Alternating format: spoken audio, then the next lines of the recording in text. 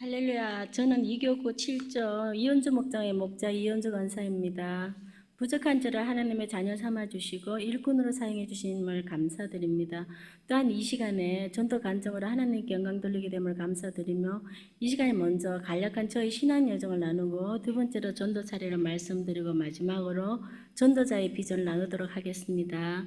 저는 대구에서 신앙생활 하시는 부모님 가정에 태어나 자연스럽게 교회를 다녔습니다. 모태 신앙이었기 때문에 교회를 다니긴 하였으나 하나님에 대한 간절함이 없었습니다. 거듭나지 못한 교인이라는 말이 더 맞을 것 같습니다. 제가 지금 생각해 보면요, 학교 졸업 후에 대구에서 직장 생활을 하던 중에 직업군이었던 불신자 남편을 만나서 결혼하게 되었습니다. 첫째 아들을 낳고 서울로 올라와 살게 되었는데요. 아이들 키우다 보니까 교회에서 멀리 떠나게 되었습니다. 그러다가 둘째가 태어나고 둘째 아이가 4살 되었을 무렵에 갑자기 이런 생각이 들기 시작했습니다. 내가 이렇게 살면 안 되는데 하나님 앞에 가야지 하는 그런 마음이 들었어요. 그래서 집 앞에 있는 교책교회를 다니기 시작했습니다. 개척교회를 나갔을 때 내 입에서 모르는 찬송이 나오고 나중에 알고 보니 그 찬송이 찬송가에 있는 찬양이었어요. 내가 모태신앙인데 찬송가에 대한 노래가 있는지, 어떤 찬송의 노래가 있는지도 모르고 신앙생활을 했구나 하는 생각이 들어 웃음이 나왔습니다. 남편은 저희 신앙생활에 대해 딱히 좋아하진 않았습니다. 어느 날 불신자의 남편이 술을 마시고 새벽에 들어와 말했어요. 내가 교회를 안 다니면 참 좋겠다고. 그래, 교회를 안 다니면 저를 매일 업고 다닐 수 있다고 했어요. 그래서 그래, 나 교회 안 나갈 테니까 한번 나 많이 매일 업고 다녀보라고 하고 그 다음날 교회를 정말 안 나갔어요. 그랬더니 남편이 주일날은 나가야지 주일날까지 안 나가면 어떡하냐고 그러더라고요. 그래, 남편 말을 듣고 다시 그 교회를 나가려고 했는데 개척교회는 안 나가고 싶었어요. 근데 그 교회가 성도들이 자꾸 떠나는 분위기였기 때문에 그 개척교회를 다시 다니고 싶지 않았습니다.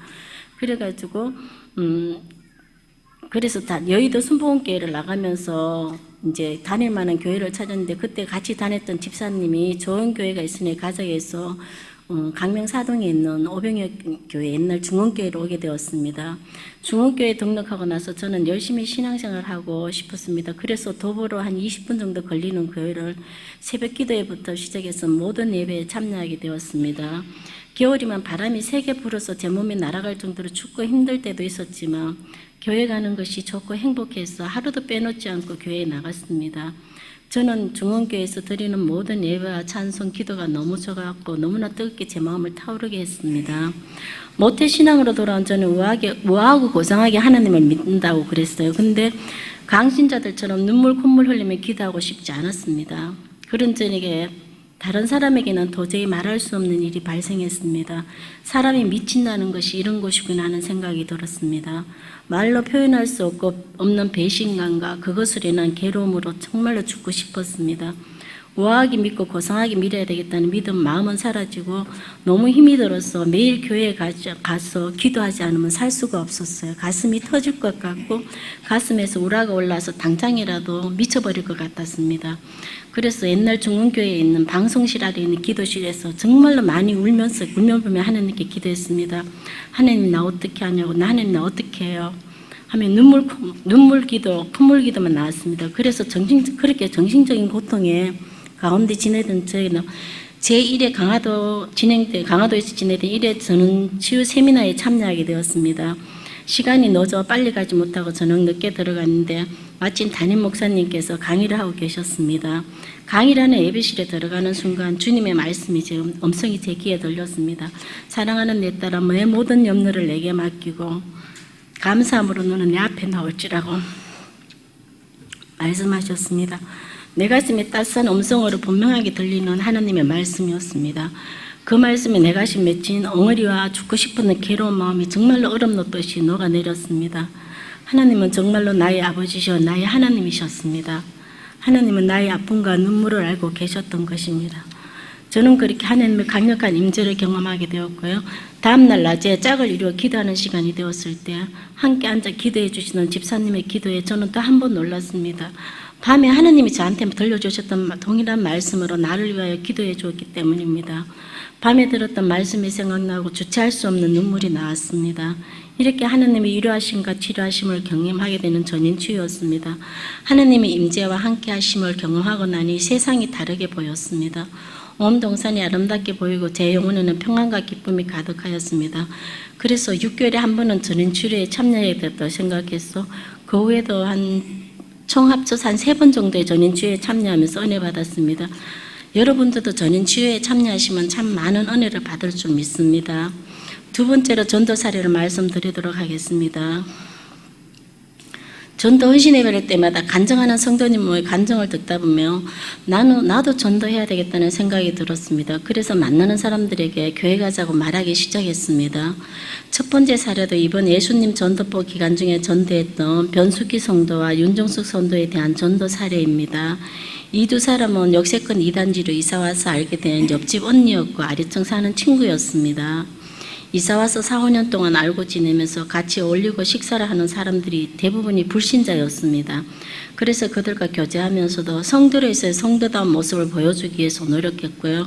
저는 근사이기도 하고 믿는 성도였기 때문에 식사 모임에서나 그들이 술을 마시는 중에도 거친 농담을 하는 흐트러진 모습을 상가하였습니다. 함께하는 불신자들이 2차로 술집이나 노래방 간다고 할 때도 저는 2명의 채심자에게 밤이 늦으시면 그만 집에 가자고 설득하여 집으로 데려다주는 일을 데려다주고 그랬습니다. 또 그들이 술을 마실 때가 있으면 집에까지 잘 데려주고 하여튼 뒷설거지를 참 잘해주었습니다.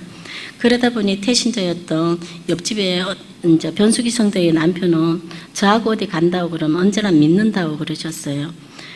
또 집에 있는 작국이나 맛있는 음식이 들어오든지 이러면 그들에게 나누어주고 나눔을 실천했습니다. 그러다 보니 태신자였던 그러다가 이들에게 교회 가자고 말하면 항상 들려오는 말이 애들이 조금 더 크면 애들을 보는 할머니들이거든요. 애들이 좀 더 크면 간다고 그러고 그렇게 나중에 간다는 말을 하였습니다. 그렇게 관계들을 맺어오다가 3월에서 5월까지 진행되는 예수님 전도법 기간, 전도 기간 안에 전도를 하고 싶었습니다. 또 교구에 전도하는 사람이 없다는 말을 듣고 나니 더욱 전도를 하고 싶었어요. 그래서 언니와 친구에게 가끔씩 말했어요. 한 번만 우리 교회 와보라고, 한 번만 나와주면 좋겠다고 했어요. 그래서 이 두 사람은 오겠다는 말은 안 하고 다음에 갈게 하고 웃고 넘어갔습니다. 그래서 지난 봄에 21일 새벽 기도 때 와서 새벽마다 정말 기도했어요. 하나님, 저희 태신자들이 교회에 등록하고 나와 하나님을 만나고 구원받는 영혼이 되게 해주세요 하고 하나님 앞에 도와달라고 기도했습니다. 그렇게 기도를 하고 나니 그러고 나서 제가 다시 이번 전도 때 언니와 친구한테 좀 나와달라고 했어요. 그랬더니 알았다고 했습니다. 그래 한 번 왔다가 가는데 제가 그래서 가고 나서 언니 이왕 왔으니까 4번은 나와줘야 된다고. 그래서 그러면 다시는 교회 나오라 소리 하지 말라고 그러면서 4번을 나와준다고 해서 4번을 나와주었습니다. 주일에 교회 와서 등록하고 4번을 다 나와주고 저는 이들이 교회 나와서 등록하고 예배 드리는 것이 보니 너무 기쁘고 감사한 마음이 들었습니다. 이렇게 해서 이들을 전도하게 되었습니다. 두 번째 전도 사례는 태신자 김성수 선도는 제가 알게 된 것은 10년 정도 된 동생 좀 되는 친구인데요. 10년 전에 보험회사를 같이 다녔습니다. 저는 한 1년 다니다 말았고 그 성도는 지금까지도 설계사 일을 하고 있는데요. 어느 날 그 사람이 결혼 전에는 교회를 다녔는데 결혼하고 나서는 절에 가더라고요. 그래서 신앙생활 하던 사람이 안 한다고 그러니까 참 마음이 안 좋았는데 어떻게 이제 저 사람을 전도할까 항상 다닐 때마다 교회 와야 된다고 이렇게는 했는데 잘 안 됐어요. 그러다가 이 사람한테 제가 애들 것까지 보험을 총 4번을 들어줬어요. 그러니까 마지막 2번 들어줄 때 언니 선물 뭐를 줄까 이러길래 내가 그랬어요. 선물은 필요 없고 이번에 전도 기간이니까 주일날 4번만 교회 나와달라고 그랬어요. 그러니까 대답 안 하더니만은 언니 언제 갈까 그 다음 주에 연락이 왔더라고요. 그래서 이제 전도를 하게 됐습니다. 4번만 가면 되는 거냐고 꼭 그렇게 묻어요. 그러니까 꼭 4번은 와야 된다고 그랬더니만 알았다고 그래서 와서 4번을 다녀주었습니다. 그러니까 마지막 4번 왔다 가는 날 다음 주에도 오라고 그랬더니만 대답을 안 하고 가더라고요. 그래서 저는 속으로 저 영혼이 하나님 계속 교회에 나오도록 기도해야 되고 나는 생각을 했어요. 이렇게 해서 지난번 전도 때 3명을 전도해서 등록시킬 수 있습니다. 전도하기 전에는 할 수 있을까 하는 생각이 많이 들었는데 근데 기도하면서 꾸준히 만나고 섬기다 보니 전도할 수 있었습니다.